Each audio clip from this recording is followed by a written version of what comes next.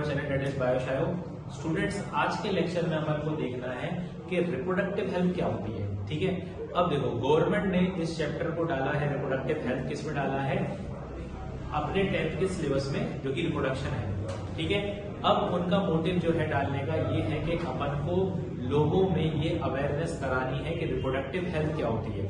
Reproductive health मतलब ये है कि कैसे आप अपने फैमिली को एक लिमिट कर सकते हो। लिमिट मतलब ये करना है अपन को कि ये नहीं कि एक घर में 10 बच्चे हैं या 12 बच्चे हैं। ठीक है, जितने कम बच्चे होंगे उतना ज्यादा सही होता है। ठीक है, जैसे अगर अपन मेंटेलिटी की बात करें, मेंटेलिटी पे डिपेंड करता है। जैसे अगर अपन बात करें कि कोई फार्मर है, फार्मर क्या सोचता है कि अगर उसके 10 या 12 बच्चे हुए तो सबके सब काम करेंगे, और एक जन अगर 10,000 कमा रहा है तो सबके कितने हो गए? जैसे मान लो 10 बच्चे हैं, ठीक है, और 10 जन काम करेंगे तो एक 10 कमाएगा तो 1 लाख, ये कितने हो गए? 1 लाख हो गए। तो 10-10 करके कमाएंगे तो 1 लाख हो गए। पर यही अगर अपन बात करें कि सपोज करो एक कपल है और उनका एक चाइल्ड है, पर अपन ने उसको ही इतना काबिल बना दिया कि वो अकेला ही 1 लाख कमा सके। ठीक है, तो इसमें अपन को रिप्रोडक्टिव हेल्थ का रोल आता है। ठीक है, रिप्रोडक्टिव हेल्थ में बेसिकली अपन को अपने ऑर्गन्स के बारे में नॉलेज होनी चाहिए कि उनकी वर्किंग कैसे होती है।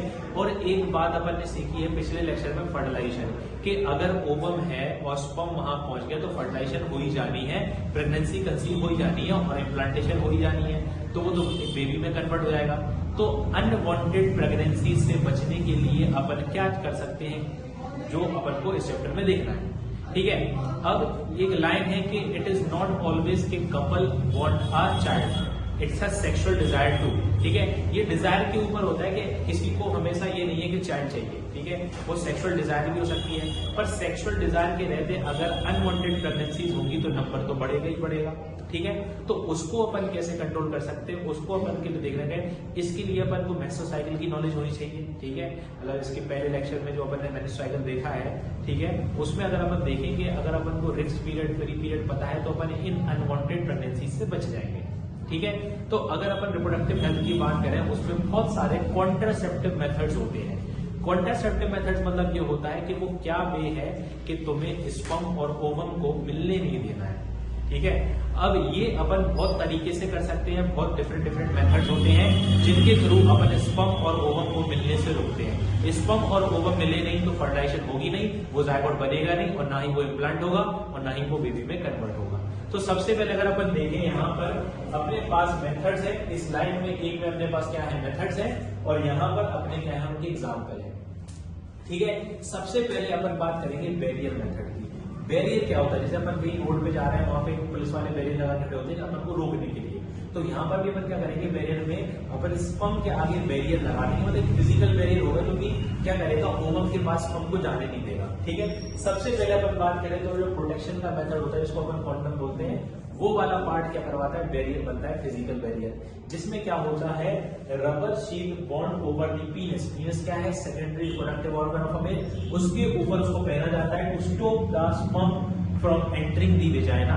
यानी जो देखो बेसिकली क्या है, यूट्रस का डायग्राम अपन को पता है, वेजाइना वाले पोर्शन में अगर पीनस को एंटर करेंगे और उसको अगर एक रबर ट्यूब से, रबर कवरिंग से कवर कर देंगे, तो इससे होगा क्या? स्पर्म मिक्स नहीं हो पाएंगे जिससे ओवम से, मतलब वो जा ही नहीं पाएंगे। तो अपन ने एक बैरियर बना दिया, उसको रोक दिया। ठीक है, एक ये हो गया। दूसरा फिजिकल मेथड है डायफ्राम। डायफ्राम क्या होता है? बेसिकली याद करो सर्विक्स, जैसे अपन यूट्रस का डायग्राम भी बना रहे यहाँ पर,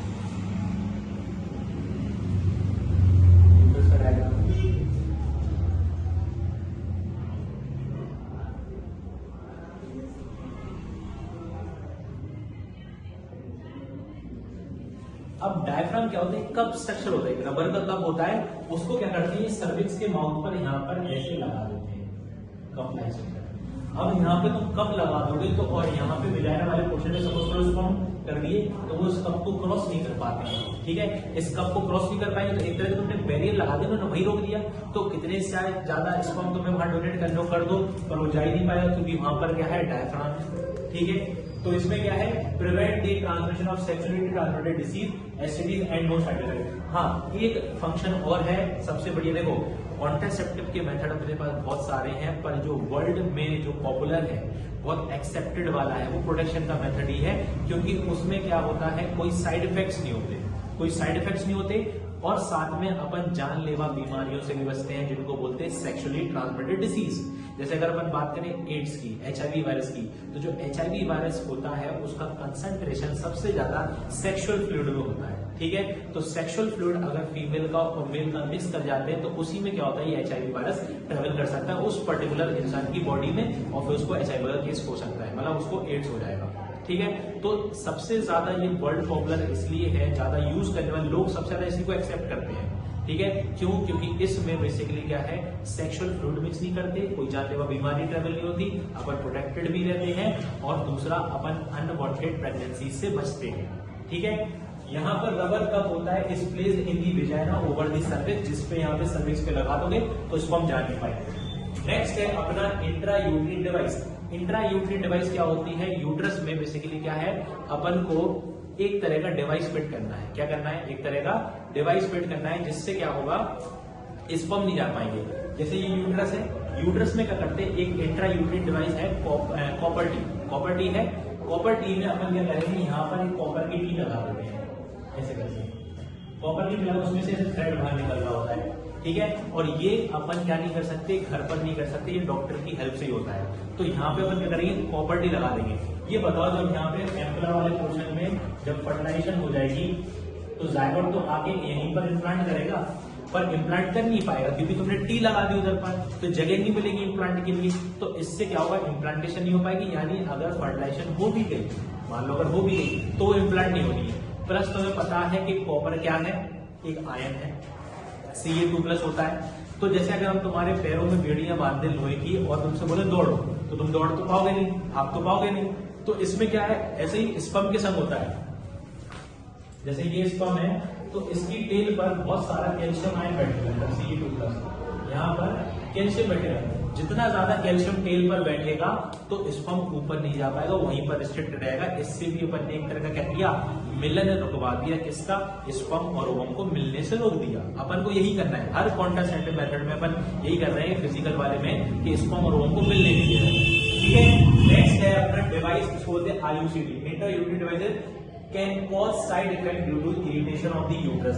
अब इनको अपन लगा तो लें, पर हर फीमेल इससे कंफर्टेबल नहीं होती क्योंकि ये इरिटेशन कर सकते हैं, अंदर इचिंग वाली प्रॉब्लम हो सकती है। तो इरिटेशन की वजह से यहाँ पे इन्फेक्शन का केस हो सकता है, ठीक है। नेक्स्ट है हार्मोनल, यानी अपन हार्मोन को हेल्प लेंगे, हार्मोन की हेल्प से क्या करेंगे, कॉन्ट्रासेप्शन करवाएंगे, अनवांटेड प्रेगनेंसी से बचेंगे।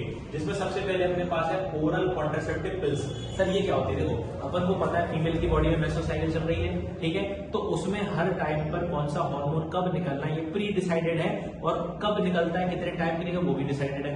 अपन क्या करते हैं, बाहर से कुछ ऐसी पिल्स, ऐसी गोलियां दे देते हैं जो जिसमें क्या होता है, उसमें भी क्या रहते हैं, हार्मोन ही रहते हैं, एस्ट्रोजन प्रोजेस्टेरोन। जैसे अपन को पता है एस्ट्रोजन लास्ट के समय पे 9 मंथ में रिलीज होगा क्योंकि कॉन्ट्रैक्शन करानी है। अपन पहले गोली दे देते, जिससे क्या होता है, कॉन्ट्रैक्शन होता है और जो बेबी है वो नीचे आ जाता है, जायगोट गिर जाता है, और क्या होता है, मिसकैरेज हो गया। तो एक तरह से अपन ने उसमें बचा लिया अपन ने, कि इंस्टेड उसको पूरा डेवलप होने से पहले अपन ने फर्स्ट या सेकंड मंथ में या आफ्टर फर्टिलाइजेशन अपन ने उसको दे दिया तो वो वहां गिर गया।